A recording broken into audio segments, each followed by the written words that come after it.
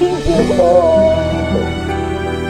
Pupunta daw siya sa Chrissy's Land. Meron din tayong mga Rain Tree Pythons dito. Ang Red Iguana ni Kuya Kim. This is lunch! At sa araw na to, kasama natin ang nag-iisang Kuya Kim! Grabe mo. Hindi pa ako makapaniwala. Pagdating pa lang natin, sinalubong na tayo agad ni Kuya Kim. Medyo kinakabahan talaga ako at nahihiya noong una. Pero grabe, ang gaan niyang kasama at mabilis akong naging komportable. Nung nakakwentuhan ko na si Kuya Kim, napapanood lang natin siya dati sa TV. Tapos ngayon, nakasama na natin siya mismo. Talagang naging bahagi siya ng childhood ko. At hanggang ngayon, isa siya sa pinakarespetadong personalities pagdating sa pagbabahagi ng kaalaman. Ayan, quick BTS muna tayo. At syempre, bago simulan ang segment na ang dami mong alam, Kuya Kim, pray muna tayo. Hingi po tayo ng guidance para sa lahat ng ito. Alright, balik na tayo. Grabe, Kuya Kim, thank you po sa pag-invite po sa akin dito po sa bahay niyo. Ako naman, the pleasure is mine. Gusto ko i-tour kita sa bahay ko at silipin mo yung mga animals ko naman dito. Mag-trivia ka naman sa mga animals ko. Oo, sige po, okay po. Liga. Pakita ko sa isa sa mga profile pic mo, may kasama ko mga ibon dito. Opo, meron. Meron ako Nag-visit nung po dalawang kami. ibon na yun. Kaya nga po eh. Green wing mako at saka blue and gold mako. Nakakatuwa kasi magkaiba sila ng species. Opo. Pero magpare sila. So, ano sila, breeding pair. Pero obviously, tamo naman, mating. Opo. Talagang in love na in love sila sa isa't isa. Tapos, meron po silang ganito. Ay, sorry baby. Naka full flight feathers. Nung baby pa sila, ginugupit yung pakpak nila. At because nasanay na sila na hinahawakan, Opo, yes po. hindi na sila lumilipad. Grabe, pero nasa open area po sila. But you know why nandyan sila? Because they're happy. Kung stressed yan at hindi siya enriched, kunyari isa lang, lilipad yan. Pakita Thank mo you itong po. Opo, yan. Talaga naman. Pwede mo hawakan. Ilan taon ka na? This guy is 25 years old.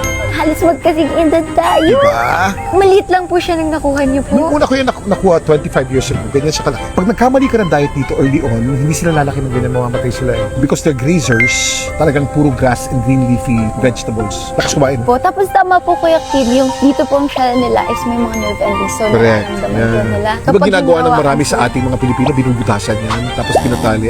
Akala nila bahay nila. Hindi nila bahay yan. That's part of their body. Gusto mo makita yung mga motor ko? Ay, opo naman, sobra po. Marunong po ako magmotor. Kuya Marunong? Kim. Opo, may lisensya din po ako. Yes. You can borrow any of my Pag nasa Manila ka, you can borrow any of my motorcycles. Oh.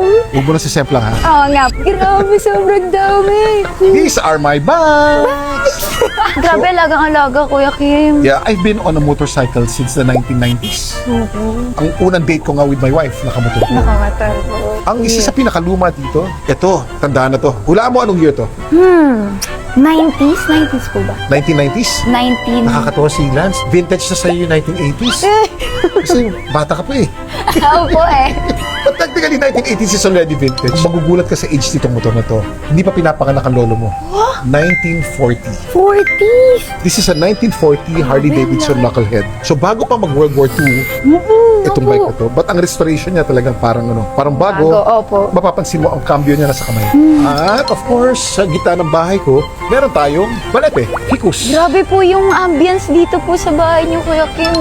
Ang laki no? Oh, tsaka sobrang dami pong halaman. Yeah. Sobrang healthy. At Alam mo, si Lance, nakakatuwa si Lance because ang goal mo talaga sa buhay is magkaroon ng veterinary clinic, di ba? Ito, I'm so sure, with your content na ganito, hindi lang clinic magkakaroon ka. Magkakaroon ka ng Ate Lance Hospital, or many hospitals. Oh, thank you po. Because you help people with animals and your passion for animals, kitang-kita. When you build that clinic, I'm sure people will go. It will boom. Thank you po. And sobrang nag-look forward po talaga ako after graduation sa mentorship po, Kuya Kim. So, yun po yung goal, syempre para mas marami pa pong matulungan at matreat ng mga dogs and cat. Pero mentorship din po talaga. Alam niyo, fina-follow ko si Lance mula nung early part of last year, bago pa sumabog si Lance. I've long been following her. But you know why I follow you? I admire your inspirational content. I like it when you tell people some Bible verses and then you explain it a little bit. It takes some boldness to be able to do that. I admire you for that. Aside from the educational content. And will not stop, Kuya Kim. Hanggang buhay po tayo. We will spread the word of God. Amen? Amen. Amen. Lance, what's your favorite Bible verse? Marami po. Pero siguro po, yung pinaka-heart ko po yung John 3:16 lang din po eh. For God so loved the world, He gave His only begotten Son. Ang pinaka-deep po niya is sacrifice. Of course. And yung si Lord Jesus, kailangan siya i-ask for you to be able to maging representation ka din ng goodness to other people. Ang Bible verse po kasi sobrang lawak din niya kung ano yung pagkakaintindi mo sa and kung saan mo siya i-correlate sa seasons of your life. Speaking of seasons of your life, ang season ko kasi ngayon iba eh. Ang paborito ko ngayon is verse from the book of Psalms that the Lord is close to the brokenhearted and He saves those who are crushed in spirit. When you're at your lowest in your life, that's when you feel Him most. And that's how I feel now. Because of everything that has happened the past few months, the past year, I feel Him the most. The Lord is close to the brokenhearted and He saves those who are crushed in spirit. Amen. Thank you, Lord. But good luck with your Thank you content. po, Kuya Kim. Galing nito. Please follow, support. It's an honor to guest in your content and to do a collab with you. Thank you. It's an honor po, Kuya Kim, to be standing here beside you po. Grabe. And ang hat niyo po, unang-unang hat niyo. Salamat po talaga. Itong sombrerong to, madumi na yan, tsaka halos masira na. But you keep that because that's the first Kuya Kim hat. Yes po, thank you po, Kuya Kim. This means so much po talaga for me. Thank you po. Sobrang swerte po natin. Thank you po. Yay! Thank you. Ang Red Iguana ni Kuya Kim! Ang cute! Sleeping yung bayawak ni Kuya Kim, hindi ko nabubuhatin. Chill na muna siya dito. Bagong palit ng balat. So, kung makikita niyo yung itsura ng python natin dito is ganito. Kaya din sila tinatawag na ball python. So, eto namang puti. Bagong palit siya ng balat niya. Kaya iba yung texture pa nung scales niya. So, yun. Ang cute lang. Mga snakes dito sa bahay ni Kuya Kim. Tingnan niyo. Oh, this is life! Puntahan natin yung mga alligator snapping turtles ni Kuya Kim. Tara.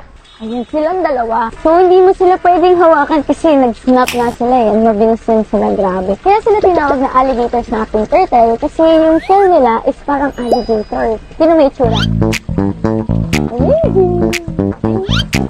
Ay, ito pa may mga turtle. Meron din dami ring dogs sa loob. Naririnig na pa ba ako? Nasa 50 yung mga aso ni Kuya Kim. Mga rescue dogs din sila. Yung python ni Kuya Kim dito may sariling enclosure. Tapos tinan yung mga 20 years old na daw siya. Laki niya na. Meron din tayo mga rain tree pythons dito. So matatapang daw sila kaya hindi sila pwede lumabas. Marami pang animals doon sa likod ng bahay ni Kuya Kim. Pero dahil tight yung schedule natin, so hindi na nagkasya ngayong araw. But it's really an honor po para makasama si Kuya Kim and to be with him in one frame. So abangan niyo po yan. Kung hindi ko alam kung nakapost na yan, sa hindi po nakakaalam, si Kuya Kim po ay nakasuporta na po kay Lance ever since bago pa po siya mag-boom or bago pa mag-trending po si Lance. And maraming salamat din po sa mga patuloy po na sumusuporta kay Lance. 5 million na po tayo and still growing. Kaya maraming salamat po sa inyo. And mas pagbubutihin pa po natin at gagalingan. Pasensya na po, hindi pa po tayo makapagtuloy-tuloy ng upload ngayon ng mga videos natin. Medyo busy lang po sa mid-year classes pero babawi po ako sa inyo. And sa mga hayop! Maraming salamat po sa gift mo, Kuya Kim. So, I'm out of words. Hindi ko alam ang sasabihin ko. Pero, iingatan ko po to. Grabe. Ito yung pinakaunang sombrero ni Kuya Kim sa journey niya. Hindi ko to lalabahan kasi nandito lahat ng stories, ng memories, yung journey ni Kuya Kim. Kaya, thank you po, Kuya Kim. At sa inyo pong lahat kasi wala naman tayo dito ngayon kung hindi po dahil sa inyo. Salamat sa patuloy na pagsuporta po kay Lance at paghusayin pa po natin, lalo na po ngayon. Thank you po so much. So, ayun lang muna para sa araw na to. Kita-kits next video. God bless.